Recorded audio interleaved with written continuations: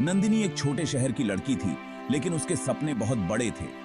हरे भरे पहाड़ों के बीच बसे एक छोटे से गांव में पली बढ़ी नंदिनी की नजर हमेशा क्षितिज से परे एक अलग दुनिया देखने को तरसती थी। वह घंटों किताबों में खोई रहती, जहां रंग बिरंगे सिटियों और अनगिनत मौकों की कहानियां उसकी कल्पना को उड़ान देती।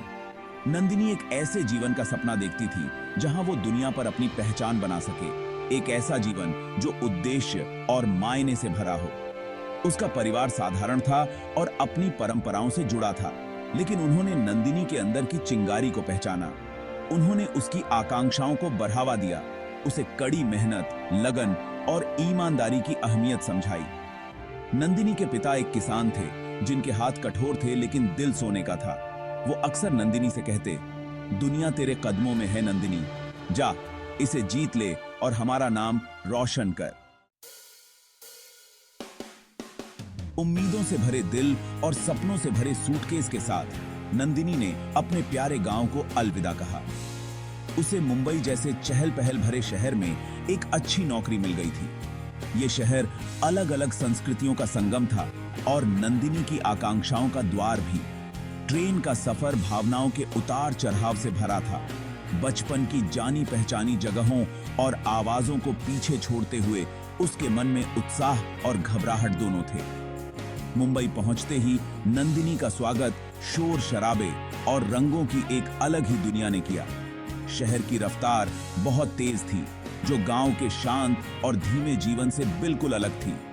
उसे एक चहल पहल वाले इलाके में एक छोटा सा घर मिल गया, जिसकी दीवारों से नंदिनी जैसे अनगिनत नौजवानों के सपनों की गूंज सुनाई देती थी, जो अपनी किस्मत आजमाने शहर आए थे। मुंबई में जिंदगी एक निरंतर संघर्ष थी। नंदिनी अपनी नई नौकरी में जी जान से जुट गई। खुद के लिए और अपने परिवार के लिए एक बेहतर जीवन बनाने की चाहत उसकी ताकत थी। उसने शहर की तेज रफ्तार वाली जिंदगी को जल्दी ही अपना लिया। भीड़ भाड़ वाली सड़कों और बाजारों से अपना रास्ता बनाना सीख लिया। उसके सहकर्मी, जो अलग अलग पृष्ठभूमि से आए थे, उसका नया परिवार बन गए। इस अनजान माहौल में उसे साथ और सहारा दिया। हालांकि शहर की चकाचौंध के पीछे एक अंधेरा पहलू भी था।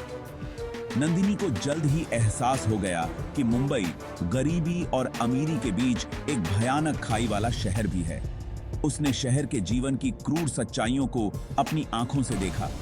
जीवन के लिए संघर्ष, जबरदस्त प्रतिस्पर्धा और हर समय मंडराता अपराध का खतरा।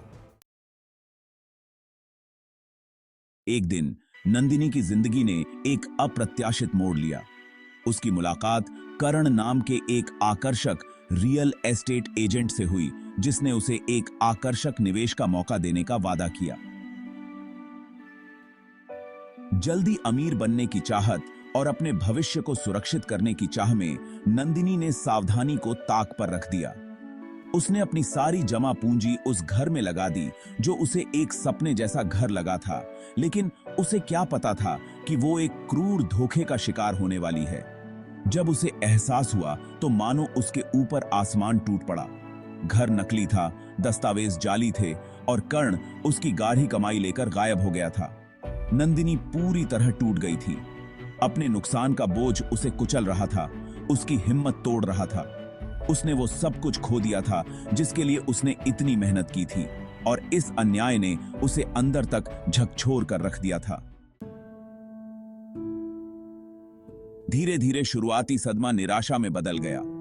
विशाल निर्दयी शहर में नंदिनी खुद को खोया हुआ और अकेला महसूस कर रही थी। उसने इतनी सावधानी से जो सपने संजोए थे, वे उसकी आंखों के सामने चूर चूर हो गए थे। वह अपराध बोध और आत्मतिराद से घिरी हुई थी, अपने फैसले पर सवाल उठा रही थी और कर्ण के धोखे का शिकार होने के लिए खुद को दोषी ठहरा रही थी। हालांकि नंदिनी इतनी आसानी से हार मानने वाली नहीं थी। जैसे जैसे शुरुआती सदमा कम हुआ, उसके अंदर एक दृढ़ निश्चय ने जन्म लेना शुरू कर दिया। उसने ठान लिया कि वह इस असफलता को खुद को परिभाषित नहीं करने देगी।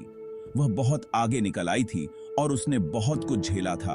वह इतनी कमजोर नहीं थी कि टूट जाए। नंदिनी जानती थी कि उसे वापस लड़ना होगा, सिर्फ खुद के लिए नहीं, बल्कि उन सभी लोगों के लिए जो इस तरह के घोटालों का शिकार हुए थे। नंदिनी का अपनी जिंदगी वापस पाने और न्याय पाने का सफर चुनौतियों से भरा था। उसने अपने टूटे हुए सपनों के टुकड़ों को एक साथ जोड़ते हुए हर वह सबूत इकट्ठा किया जो उसे मिल सका। उसने पुलिस से संपर्क किया, लेकिन शिकायत दर्ज कराने के उसके शुरुआती प्रयासों को अनदेखा कर दिया गया। अधिकारियों को उसकी बातों पर यकीन नहीं हो रहा था। उन्हें तो बस ये एक और सिटी धोखाधड़ी का मामला लग रहा था। लेकिन नंदिनी ने हार नहीं मानी।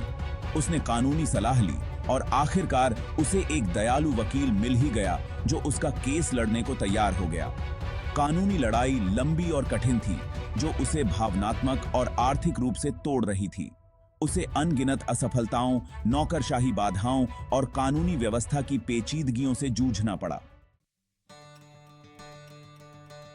जब उसकी उम्मीदें कम होने लगीं, तभी अंधेरे में उम्मीद की एक किरण दिखाई दी। एक गुप्त सूचना पर कार्रवाई करते हुए पुलिस ने करण को पकड़ लिया। वह नंदिनी जैसे भोले भाले लोगों को अपना शिकार बनाकर बड़े पैमाने पर रियल एस्टेट घोटाला चला रहा था। उसकी गिरफ्तारी की खबर जंग की आग की तरह फैल गई और जल्द ही दूसरे पीड़ित भी सामने आने लगे और उन्होंने भी धोखे और वित्तीय बर्बादी की अपनी कहानियां बताईं। नंदिनी के मामले ने तूल पकड़ लिया। मीडिया ने उसकी कहानी को उठाया, जिसमें अनगिनत अन्य लोगों की दुर्दशा को उजागर किया गया जो इसी तरह के घोटालों का शिकार हुए थे।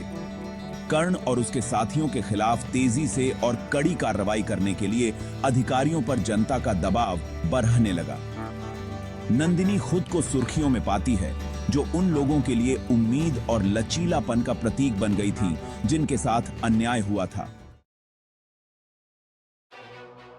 जैसे जैसे कानूनी कार्यवाही आगे बढ़ी, नंदिनी को अपने ही डर का सामना करना पड़ा। मुकदमे ने दर्दनाक यादों को ताजा कर दिया, जिससे उसे धोखे के सदमे को फिर से जीने के लिए मजबूर होना पड़ा। उसने कर्ण और उसके साथियों द्वारा डराने धमकाने की रणनीति का सामना किया, जिन्होंने उसे चुप कराने और मामले को पटरी से उतारने की कोशिश की। कई बार ऐसा हुआ जब दबाव असहनीय लगने लगा और उसने खुद से सवाल किया कि क्या यह सब इसके लायक है। इस पूरी परीक्षा के दौरान नंदिनी ने अपने परिवार के अटूट समर्थन से ताकत हासिल की। वे उसके साथ खड़े रहे, उसे प्रोत्साहन के शब्द दिए और उसके रोने के लिए एक कंधा दिया। उसके माता-पिता, जिन्होंने शुरुआत में शहर जाने के उसके फैसले का विरोध किया था, अब उसके पीछे रैली कर रहे थे। उनका प्यार और समर्थन उसकी ताकत का निरंतर स्रोत था। मुकदमा नंदिनी की भावना का एक कठिन इम्तिहान था।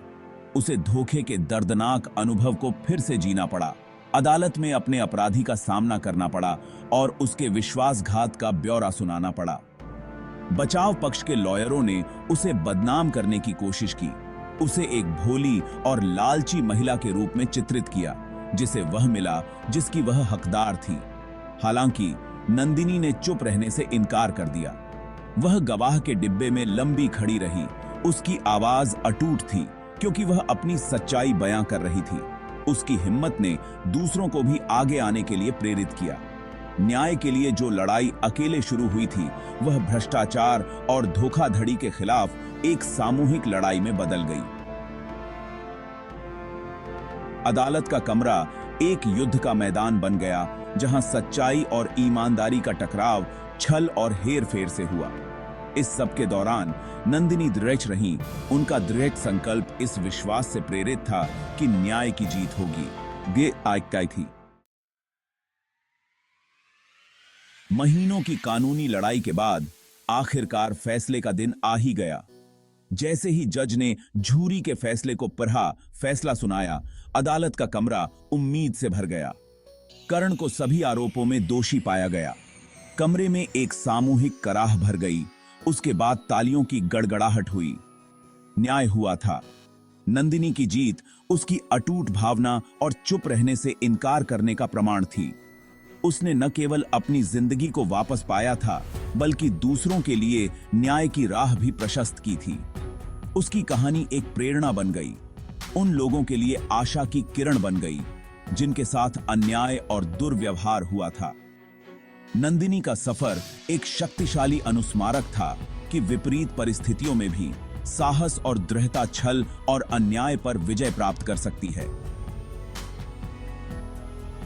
वह बाबी माम आग से बाहर निकली थी, बिना किसी नुकसान के नहीं, बल्कि पहले से कहीं अधिक मजबूत, समझदार और दुनिया में बदलाव लाने के लिए दृढ़ थी।